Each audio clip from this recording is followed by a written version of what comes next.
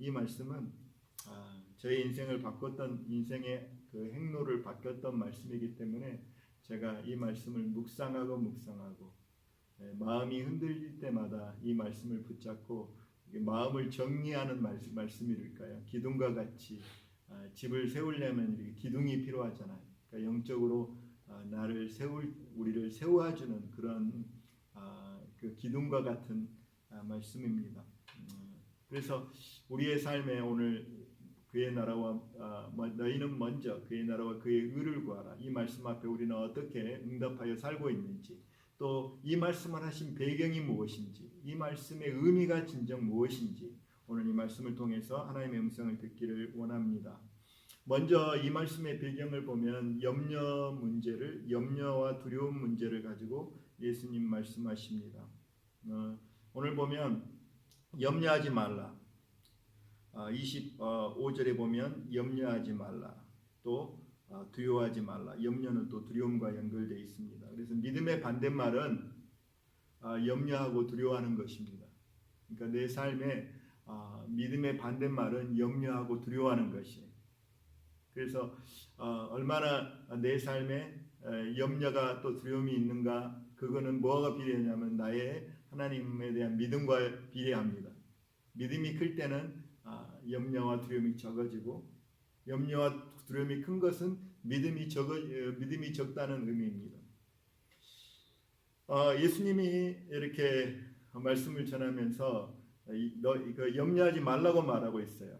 무엇을 먹을까, 무엇을 입을까, 무엇을 마실까 염려하지 말라고 이야기하고 있습니다. 왜 염려하지 말라고 했을까요? 염려를 너무나 많이 하기 때문에 그렇습니다. 아마 지금은 우리가 이렇게 무엇을 입을까, 먹을까 염려 안 하죠. 근데 그 당시에는 경제적인 상황이 훨씬 더 심하였어요. 어려운 상황입니다. 정치, 경제 그 환경이 2000년 전이기 때문에 여러분 오병이어도 우리가 기억해 보면 오병이어 기적의 그 배경은 뭐냐면 굉장히 가난한 무리들이었어요. 그렇잖아요. 오병이어가 아니면 기적이 아니면 정말 하루하루 뛰기가 쉽지 않은 그런 상황이었어요. 오병이 기적을 상황이 보면 그러니까 참 염려하고 근심하고 또 두려워하는 것이 너무나 당연한 삶이었습니다.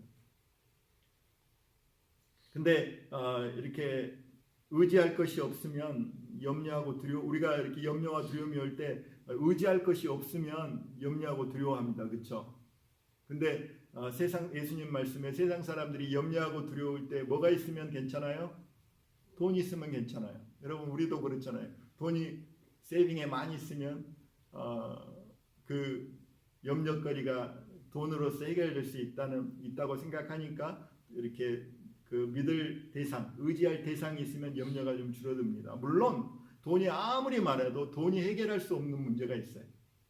그런 문제 앞에 돈도 해결할 수 없어요. 근데 오늘 말씀에 주님이 그래도 염려하지 말라고 이렇게 말씀하고 있어요. 그러니까 이 세상에서 어떻게 이런 말씀을 하실까? 염려가 너무나 예수님도 인정해. 이방인들은 염려하고 두려워하고 사는 게 당연해요. 그게 당연한 거예요. 염려하고 예수님의 생각에도 너무나 당연해요. 근데 오늘 말씀에 우리는 염려가 생기면 돈 많은 사람은 돈으로서 해결할 수 있겠죠. 그렇지만 돈도 없는 우리들에게, 돈도 없는 자녀들에게 주님이 염려하지 말라고 하는 근거가 뭐였을까요? 오늘 이 말씀을 통해서 찾기를 원합니다. 여러분 여기 25절 보면 염려하지 말라고 염려 없는 삶을 약속하신 것은 모든 사람한테 결코 가능하지 않습니다. 특별한 사람에게만 가능해요. 자, 25절 말씀 보세요. 그러므로 내가 누구에게? 너희에게 이르노니. 그러니까 여러분 이 말씀 약속 주님이 우리에게 염려하지 말라 이 명령을 하시고 이 약속을 주신 것은 모든 사람에게 절대 약속 안 했어요. 세상 사람은 염려하고 걱정하고 하루하루 살다가 죽을 때도 염려하고 걱정하고 두려움 가운데 죽어요. 돈이 많은 사람이 염려가 없는 게 아니에요. 우리는 돈이 없어서 염려하지만 어디다가 투자할까 염려하고 어떻게 잃어버릴까 염려하고 아무튼 염려가 많아요. 근데 오늘 이 말씀 가운데 주님이 염려하지 말라고 한 그 대상은 모든 사람이 아니에요. 모든 사람에게 염려하지 말라 이렇게 말씀 안 했어요. 여기 보면 아주 특정한 사람, 특별한 사람들에게만 염려하지 않고 살 수 있는 길이 있다고 말씀하신 거예요. 그래서 오늘 25절부터 이하로 보면 누구에게 그러므로 내가 너희에게 이르노니, 그러니까 이 너희가 너희에게만 가능한 일이에요. 여러분, 그래서 우리가 적용하기 원합니다. 저와 여러분이 염려 없는 삶이 가능한 무리들입니까? 아닙니까? 오늘 이게 중요한 거죠. 너희에게만 가능한 얘기예요. 돈이 없는데요. 그래도 너희 돈이 없는 이 사람들 다 돈이 없는 사람들이죠. 가난한 제자들이죠. 믿는 자는 다 그 당시에도 믿는 자들은 가난한 자들이 먼저 예수를 믿었기 때문에 권력 있고 돈 있는 사람들은 예수님 믿지 않았어요.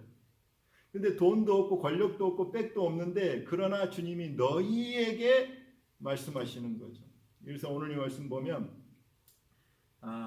염려 않고 살 수 있는 사람은 특별한 사람인데 이 특별한 사람은 이 근거가 뭐냐면 왜 이들에게만 염려 없는 삶이 가능하고 보장하는가? 왜 그러냐? 이 말씀을 보면 이렇게 말씀을 통해서 28절, 29절, 27절, 28절 말씀 보면 왜 그래요?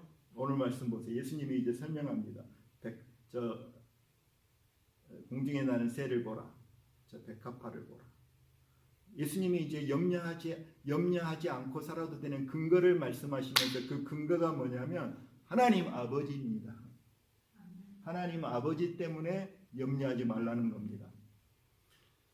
여러분, 오늘 이 말씀이 저는 이 말씀을 묵상하고 내가 이렇게 염려하고 걱정하는 것은 내가 왜 그렇지? 내 자신을 살피는 거예요. 계속 살펴서 이 말씀이 정말 이 말씀에는요 놀라운 진리가 있어요. 하나님 아버지에 대한 진리가 있고요. 내가 누구인지에 대한 진리가 있고 이 세상에 대한 진리가 다 있기 때문에 이 진리의 말씀이 이런 진리의 말씀을 통해서 세상을 보고 아버지를 보고 나를 보고 이 진리 가운데 거하기를 원합니다. 그래서 하나님을 알아도 이게 이제 염려 없이 살아갈 수 있는 유일한 사람은 누구냐면 모든 사람이 아니고 여기 너희라고 말하는데 다른 말로 말하면 하나님을 아버지라고 부를 수 있는 사람들이에요. 하나님을 my God, 그러니까 하나님을 내 아버지라고 부를 수 있는 사람만이 염려하지 않고 살아갈 수가 있어요. 그래서 하나님을 아버지로 부를 수 있는 사람만이 염려하지 않고 걱정하지 않고 살아갈 수 있는 아주 특별한 무리들이라고 주님 말씀하세요. 그래서 우리가 하나님을 아버지라 부르는데 저와 여러분이 다 하나님을 아버지라 부르잖아요. 그렇죠? 아버지라 부르는데 오늘 이 말씀 속에서 예수님 말씀하신 그러면 아버지가 어떤 분이냐는 게 굉장히 중요합니다. 우리가 교회에 다니면서 하나님을 아버지라고 부르지만 그 하나님이 어떤 분이신가 알지 못하면 또 염려하고 또 걱정해요. 여러분, 아버지가 있어도 우리는 염려하잖아요. bad 아버지, 아주 나쁜 아버지, 돌보지 않는 아버지, 자식들에게 별로 관심이 없는 아버지를 우리가 아버지로 부른다면 우리는 염려하고 걱정하는 거죠. 그렇잖아요. 그러니까 하나님을 아버지라 부르는데 그 아버지가 누구인지, 아버지가 어떤 분인지를 우리가 올바로 알 때에 우리는 염려 안에서 자유할 수가 있는 거죠. 그렇죠? 예수님 말씀하시는 거예요. 이제 예수님이 하나님을 증거할 때 야, 아버지 이런 분이야 이렇게 증거할 때 야, 우리 성경 찾아보자. 구약 성경 찾아서 야, 여기 이렇게 말했잖냐 이렇게 말씀 안 하셨어요. 구약 성경에 찾아서 야, 하나님 이런 분이야 이런 게 아니고 그냥 눈앞에 보이는 것으로 하나님을 보여주신 거예요. 눈앞에 그냥 내 눈앞에 그냥 보여요. 지금 right now 하나님의 영광을 보여주시고 하나님 이런 분이야 이렇게 보여주는데 야, 저기 풀들을 봐, 꽃들 봐, 저기 태양을 봐, 저기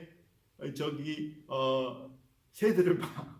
그냥 눈앞에 있는 것을 통해서 하나님이 눈을 열어서 세상을 보여주는 거예요. 뭐냐면 주님이 아버지가 오늘 이 말씀 속에서 이 세상이 어떤 곳이냐면 과거에 주님을 알지 못할 때는 예수님 알지 못할 때는 그냥 세상 속에서 하나님 안 보이더라고요. 여러분 보였습니까? 나 안 보였어요. 하나님이 안 보여요. 이 하나님이 지으신 모든 것인데 그것도 인정하지 못하고 하나님이 안 보여요. 세상 만물 가운데. 근데 주님의 눈은, 예수님의 눈은 저와 여러분이 세상을 보는 거하고 달랐어요. 예수님이 바라보는 눈은 이 모든 것 속에 하나님이 너무 잘 보이는 거예요. 세상은 하나님으로 충만한 곳이 세상이에요. 그래서 다윗이 이런 고백을 했잖아요. 온 우주에 하나님의 영광이 충만합니다. 달들을 볼 때, 해들을 볼 때, 별들을 볼 때 그 하나님의 지혜와 하나님의 영광과 하나님의 능력을 막 보았잖아요. 그렇잖아요. 예수님이 이제 예수님이 염려하지 말고 아버지의 영광을 보이실 때 예수님이 보는 세상은 어떤 세상이었냐면 우리가 지금 보는 세상을 이렇게 염려가 없이 우리가 살려면요, 예수님이 바라봤던 세상처럼 우리도 바라봐야 될 줄 믿습니다. 이 시각이 굉장히, 이 믿음이 중요한 거죠. 오늘 이 말씀 보면 저 새들을 바라보라 하면서 이들이 심지도 않고 거두지도 않고 창고에 모아서 쌓지도 않는데 중요한 게 너희 하늘 아버지께서 기르신다. 하나님이 기르신다는 거예요. 이 세상의 새들을 하나님이 기르신다는 거예요. 이렇게 뜻을 봐라. 백합화가 있는 것이 솔로몬의 모든 영광으로 있는 것보다 이 백합화에 하나님이 어떻게 하면 이 꽃 하나만 갖지 못하였느니라. 그러니까 저는 이 말씀 참 좋아해요. 저는 늘 설교하자. 하나님의 그 이같이 입히신다. 이 후토스 이처럼 돌보신다. 그러니까 여러분, 솔로몬의 그 옷은 그 정성과 마음을 다한 인간의 모든 정성과, 거기 뭐 정말 아티스트죠.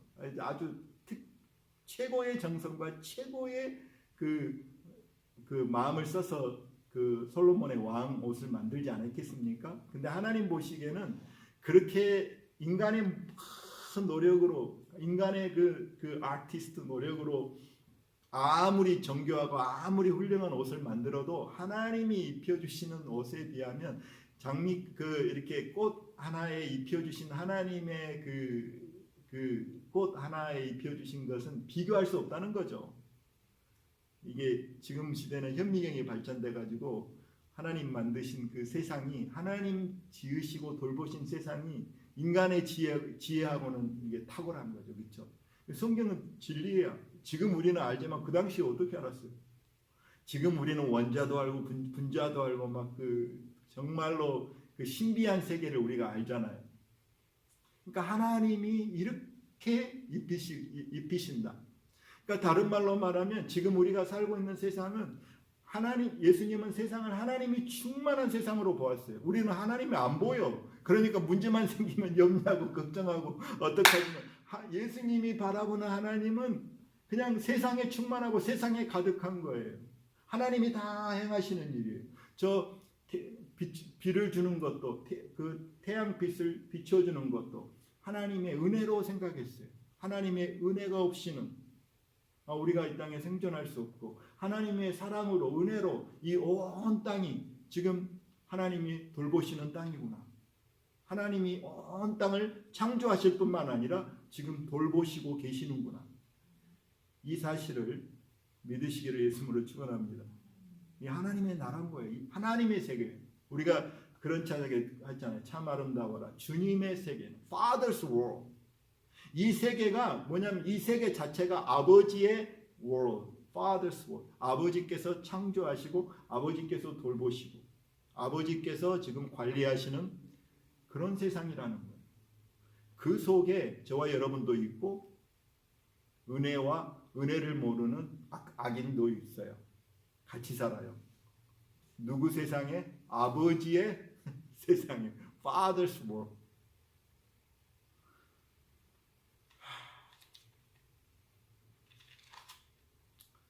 그래서 우리가 이렇게 오늘 이 말씀 속에서 염려 대신에 주님이 이렇게 염려 대신에 이제 어떻게 염려 대신에 어떻게 우리가 믿음을 키울까요? 믿음이 커져야지 염려가 적어져요. 그렇죠?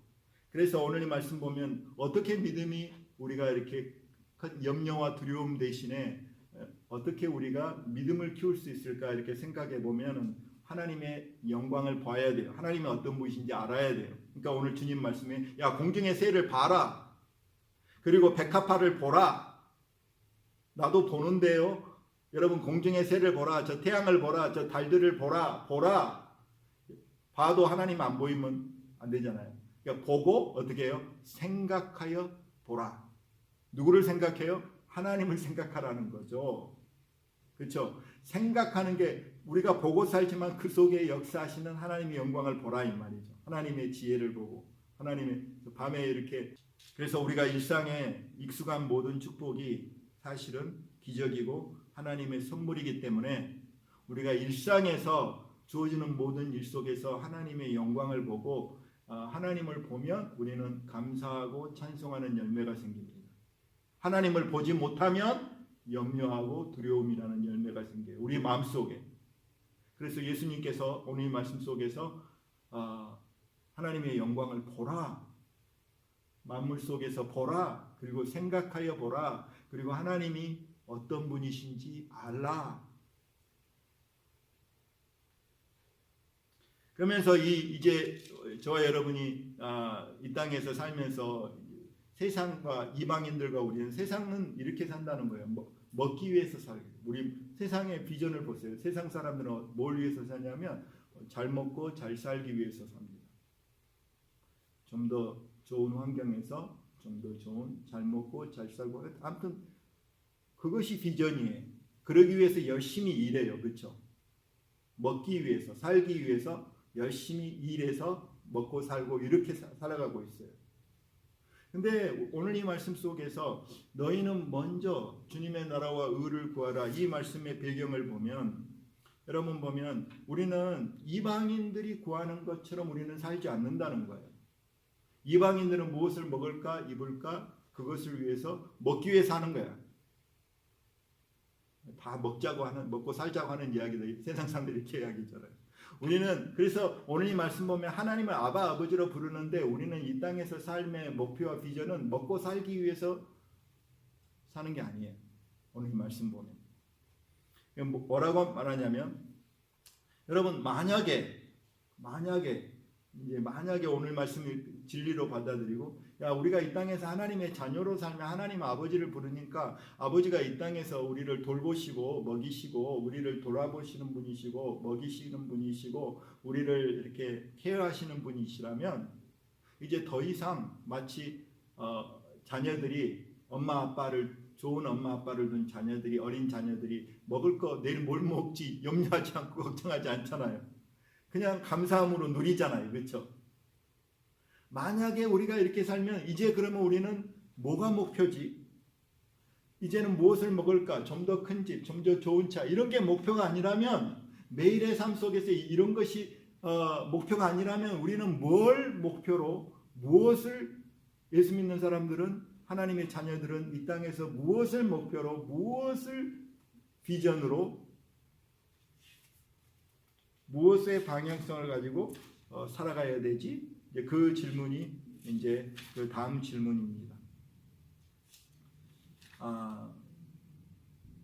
그래서 오늘 이 말씀을 보면 예수님은 이렇게 말씀하세요. 그리스도인은 무엇을 위해서 사는가? 아버지가 먹고 입을 거 필요한 것들은 다 돌보시고 공급하신다고 했어요. 그렇죠? 아버지가 정말 부자예요. 하물며 너희일까 보냐. 그러니까 여러분 생각해 보세요. 저는 아버지가 부자인 줄 믿습니다. 그러니까 생각해 보세요. 여러분 아버지가 진짜 좋은 부자인데 염려가 있고 걱정이 있고 어려운데 맨날 다른 사람 찾아간다. 아버지한테 안 찾아오고 맨날 다른 사람한테 찾아가서 여러분들의 그 필요와 여러분들의 그 어려움을 이야기하면 아버지 마음이 어떻겠어요?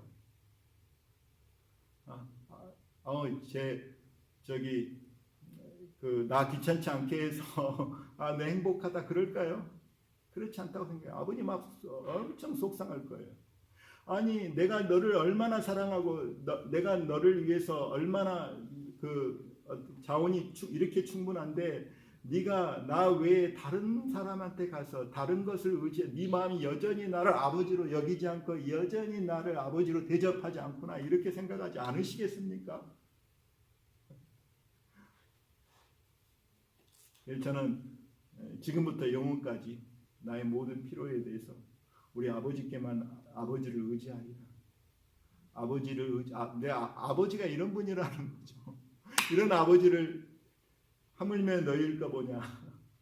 믿음이 작은 자들아.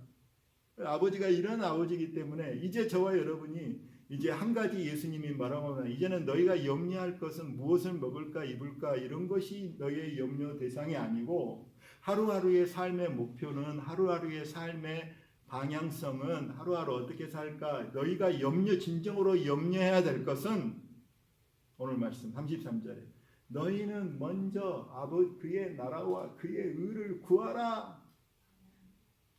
이게 아버지가 원하는 수준이에요.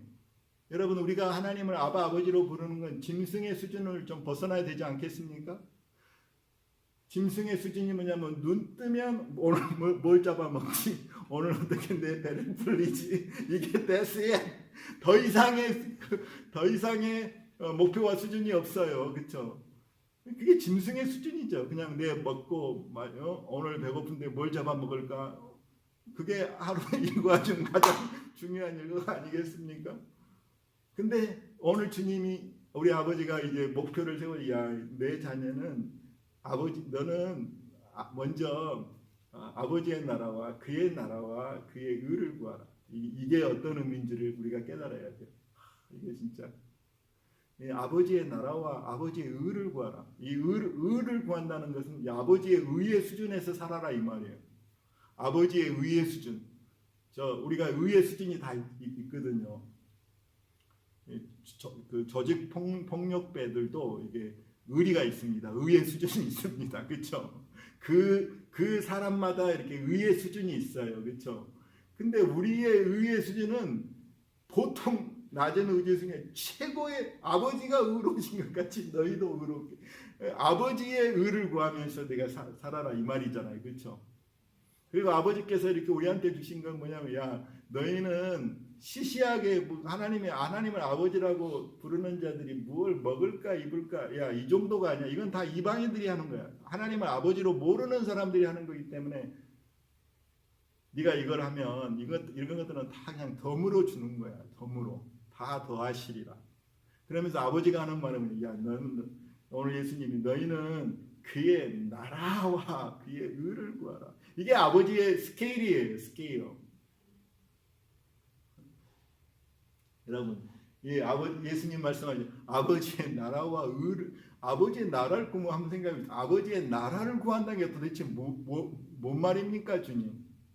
그러니까 아버지 나라를 구하는, 여러분 보세요.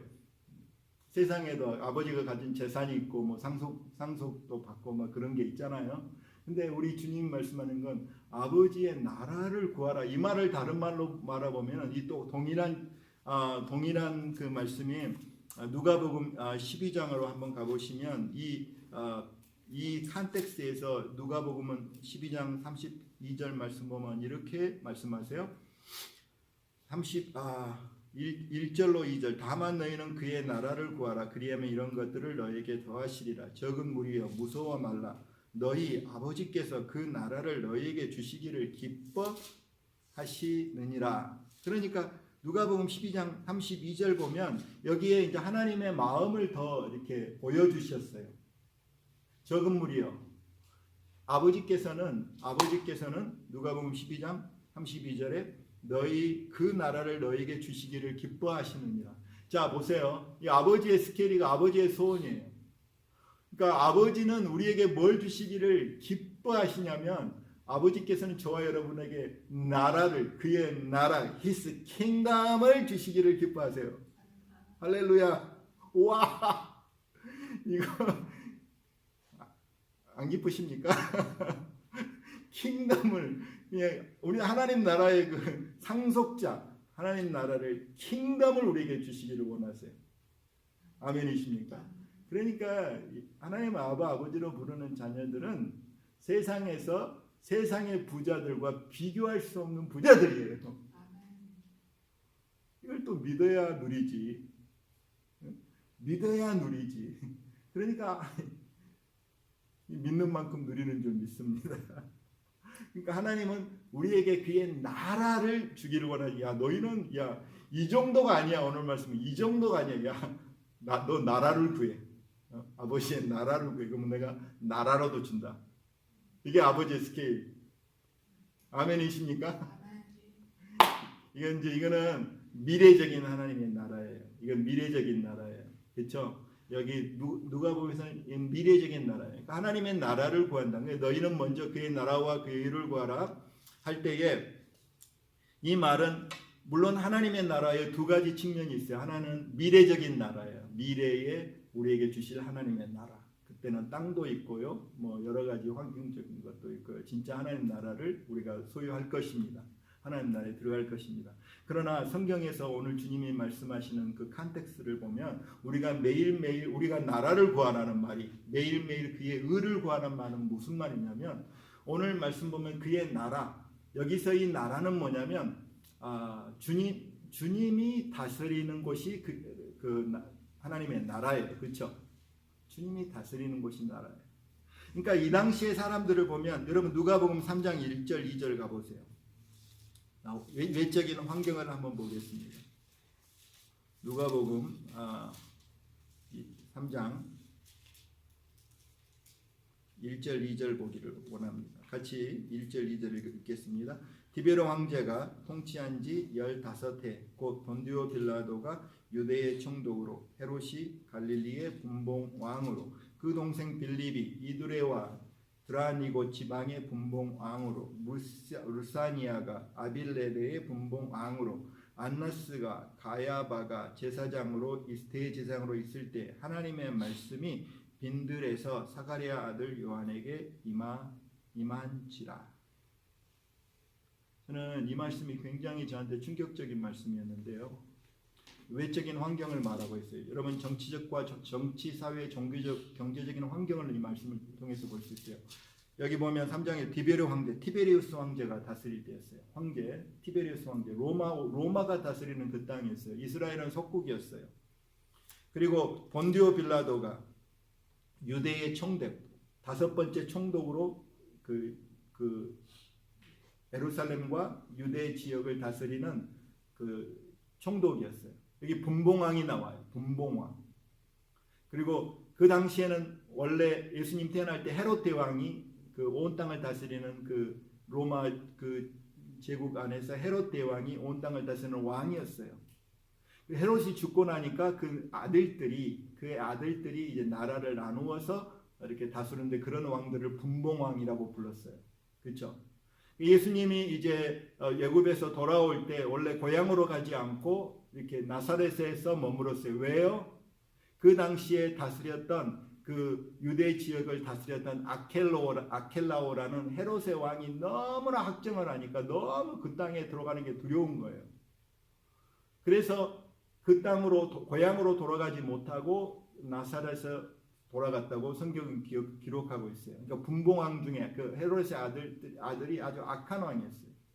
그리고 여기 보면 이 분봉왕 그래서 이제 그 유대 지역 예루살렘과 유대 지역의 사람들이 너무나 괴로우니까 황제에게 일러 바쳐가지고 황제가 아켈레오레를 제거시켜 버리고 대신에 그 지역을 로마 황제가 다스리는 그 지경지로 삼았어요. 그래서 총독을 보낸 거예요. 그 총독을 계속 보냈는데 그 중에 5번째 총독이 본디오 빌라도예요. 그 본디오 빌라도가 이제 예루살렘과 그 유대 지역을 지경지로 로마에서 관리를 파견해서 다스리는 땅이었고 그 다음에 나머지 지역 갈릴리 지역이라든지 이런 지역들은 헤롯의 자녀들이 아직도 다스리고 있었어요. 그래서 여기 보면 갈릴리 지역의 그 헤롯 안티파스 예수님의 그 신문 당할 때 빌라도가 보냈죠. 헤롯 안티파스에게 헤롯이라고 나와 있기 때문에 그 헤롯 대왕하고 그 아버지 헤롯 대왕하고 아들 헤롯하고 우리가 이렇게 착각하지 않아야 돼요. 헤롯 안티파스. 근데 이 사람도 굉장히 뭐랄까 이렇게 정의롭지 못하는 이렇게 의롭지 못하는 그런 왕이 다스리고 있는 땅이었어요. 그렇죠? 그러니까 외적인 환경 속에서는 정치 환경은 정말 캄캄한 어둠인 거예요. 거기다가 로마가 다스리지 그 정치 지도자들 악하지 그 속에서 그 백성들은 수탈당하고 압제당하고 정말 빛을 바라보지 못하고 있는 그때 그리고 이 종교적으로도 여기 보면 안나스와 가야바가 이 사람들도 올바르지 못했어요. 하나님 예수님이 오직 했으면 그 당시에 종교적인 지도자들에게 대해서 패칠한 무덤이라 그랬고 강도의 소굴들이라고 강도들의 소굴이라고 말할 정도로 종교적인 정치적인 지도자들이 타락을 했던 그런 사회였어요. 한번 생각해 보세요. 그 당시에 외적인 환경은 어때요? 정치적으로, 경제적으로, 종교적으로 굉장히 어둠이 캄캄한 그런 땅에 사는 사람들이 무슨 소망이고 무슨 힘이 있겠어요. 제가 오늘 이 말씀을 이렇게 전하면서요, 우리 교회 사람들은 조금 많이 깨어서 그렇지 않은데 유튜브를 보니까 요즘 참 신앙생활을 혼미하겠어요. 어떤 목사님들이 나와서요, 이 또 좌판이 우판이 이렇게 나누면서 좌파 목사님들을 다 몰아내야 되고 뭐 그런 식으로 이렇게 하는 걸 보면서 제가 하나님 말씀으로 다시 돌아가고 복음으로 다시 돌아가야 되겠구나라는 생각이 있어서 오늘 말씀을 다시 전합니다. 여러분, 좌파 우파, 저는 좌파예요 우파예요?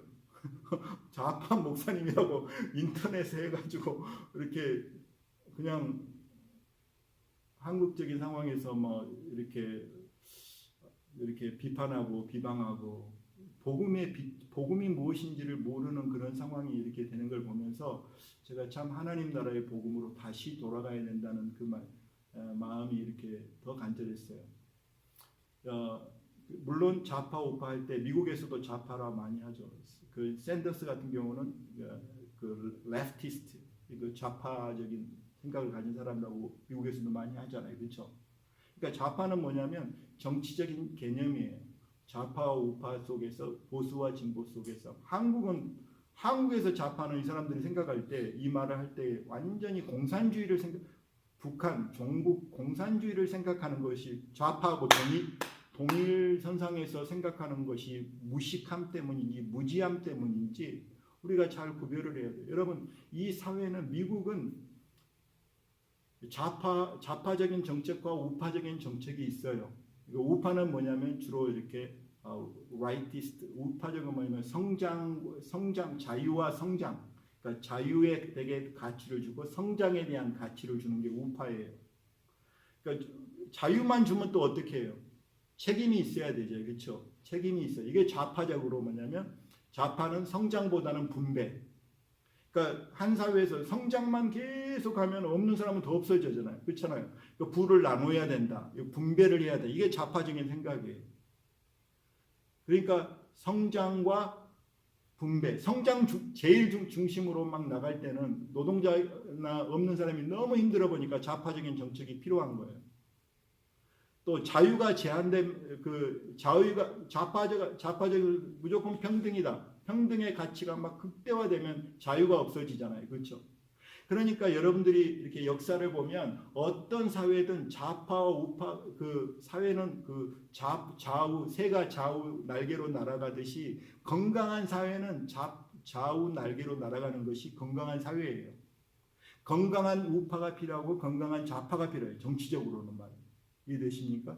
미국에도요, 막 자본주의가 막 발전해서 마르크스에 의하면 자본주의는 있는 사람이 자유를 극대화시키면 멸망할 거라고 생각해요. 프롤레타리아 혁명이 일어나서 있는 사람들이 자기 것만 쥐고 없는 사람들이 혁명을 일으켜서 이제 망할 거라고 그렇게 예측을 했는데 이 사람들이 틀렸어요. 그게 뭐냐면 자본주의 사회 속에서 자유를 하지만 이제는 뭐가 들어왔냐면 사회주의 정책이 들어온 거예요. 여러분, 소셜 시큐리티 언제부터 왔어요? 미국에서 루스벨트 대통령 먹을 것이 없는 사람들이 너무 많으니까 소셜 시큐리티에서 이렇게 좌파적인 정책이 들어와서 사회주의적인 정책이 들어와서 분배에 대하여 관심을 갖고 이제 없는 사람들에게 복지를 이렇게 소셜 시큐리티를 줌으로 인해서 이렇게 사회를 보장하는 거였어요.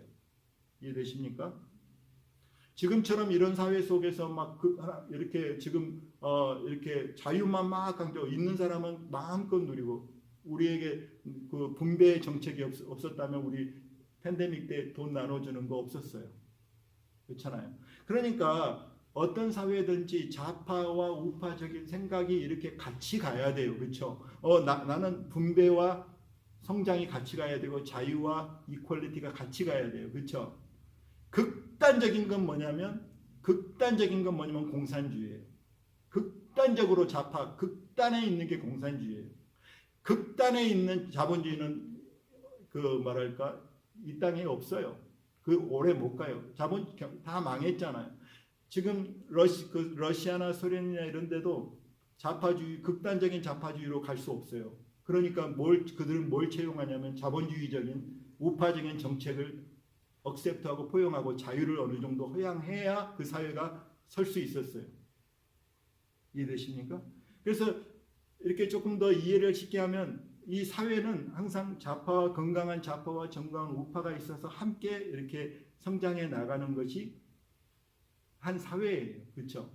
보수와 진보도 마찬가지. 보수적인 생각이 있어야 돼요. 지켜야 될 것이 같이 옛날부터 있어야 돼요. 그렇죠? 그렇지만 우리는 옛 것을 무조건 붙들고 새로운 것을 무조건 반대하면 이거 흥선대원군처럼 하는 거예요. 그렇지만 생각도 보수적인 것도 필요하고 진보적인 것도 필요한 거예요. 이해되십니까? 사회가 그렇게 나간다 이 말이에요. 그러니까 한국 사회에서 우리 특별히 목회자님들이 저 사람은 좌파야 하면서 그냥 빨갱이 취급을 해버리는 것은 이건 완전 프레임이고 무식한 건지 이런 건 하나의 사회적인 정책 속에서 우리 예수 믿는 사람들은 뭘까요? 우리는 좌파도 우리는 예수 믿는 사람은 어떻게 살아야 될까요? 좌파에서 줄을 서야 될까요? 우파에서 줄을 서야 될까요? 우리 예수 믿는 사람은 하나님 나라를 추구하는 사람들은 좌파도 포용하고 우파도 포용해야 돼요. 이런 생각을 가진 사람도 포용하고 저런 생각을 가진 사람도 포용해야 돼요. 그리고 우리가 해야 될 건 뭐냐면 진정으로 하나님 나라의 운동을 하는 거예요. 오늘 예수님 말씀하시면서 사회를 좌파적인 사회로 바꿔라 또는 우파적인 사회로 바꿔라 그런 것을 구하라 이렇게 말씀 안 하셨어요. 여기서 예수님이 우리에게 말씀하신 건 뭐냐면 저는 이 말씀이 이제 내가 과거에 막 데모하고 이런 것들을 다 스탑하고 하나님의 진리 안에 내가 턴어라운드 하게 된 말씀인데요.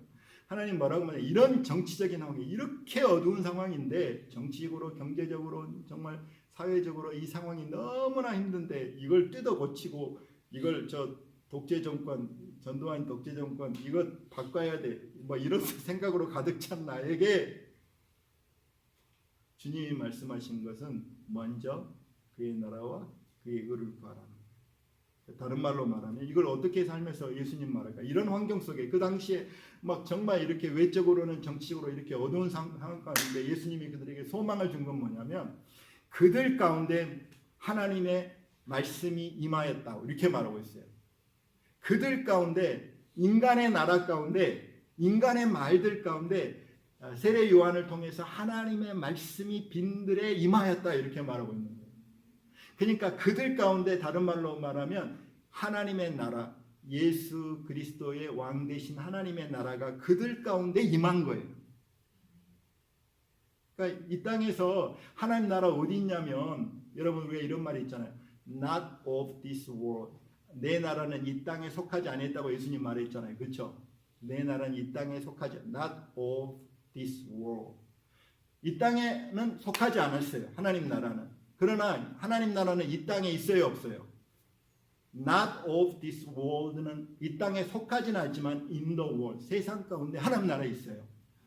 지금도 다스리고 보살피고 하나님이 돌보신다니까. 하나님이 다스리는 나라라니까요. 지금 right here, right now. 지금 여기에 하나님의 나라가 있다는 말씀이에요. 그러면서 이들에게 자녀들에게 말하는 건 뭐냐면 너희는 이제 너희가 먼저 너에게 가장 시급한 건 뭐냐면 너희 마음에 심령에 그 지금 하나님의 나라를 지금 구하라는 거예요.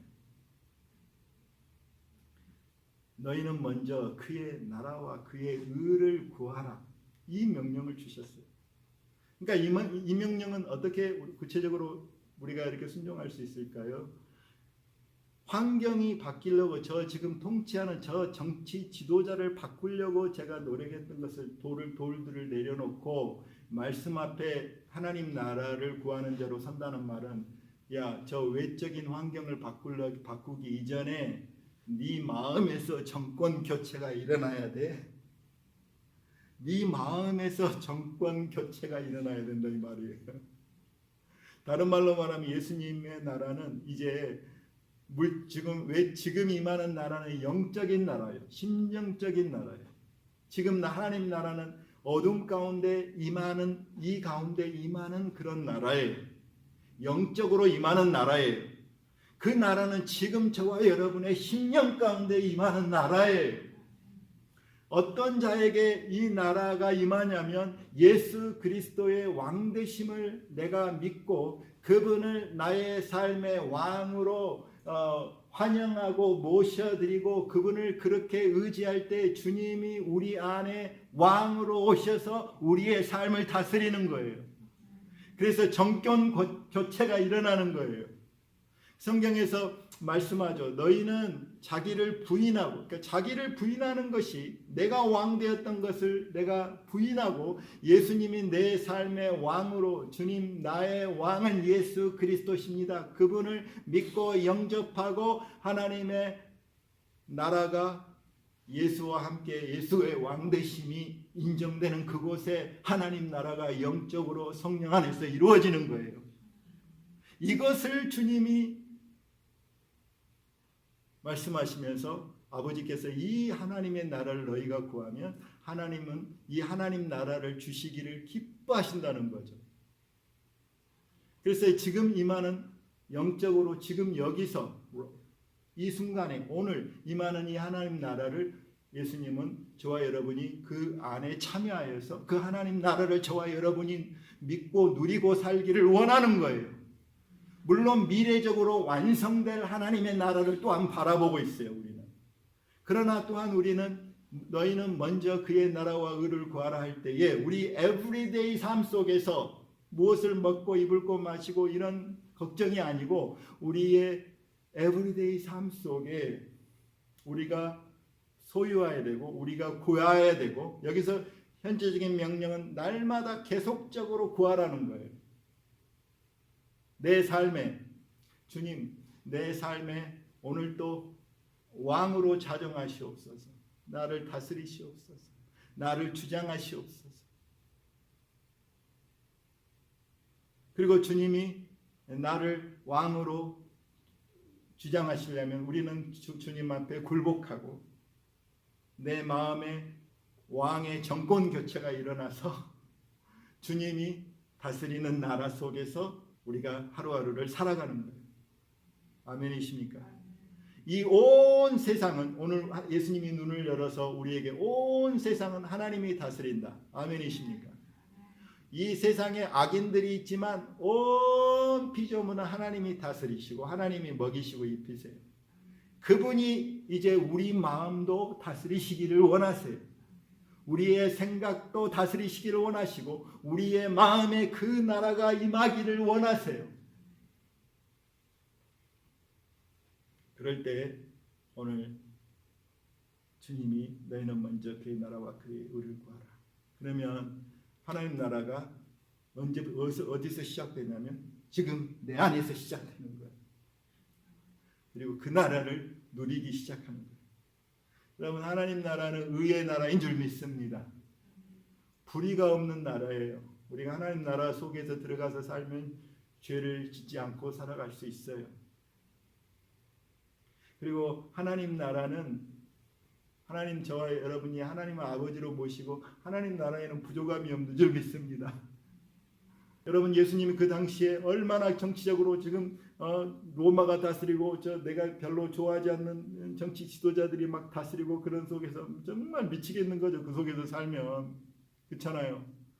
근데 그 속에 놀랍게도 예수님이 약속하신 거 뭐냐면 그들을 싹 바꿔가지고 환경을 싹 바꿔가지고 새로운 삶을 약속한 게 아니고 야 이제 내가 이런 환경에 있지만 너희 안에 뭘 줄게? 하나님 나라를 임하게 하는 거야. 아멘입니까?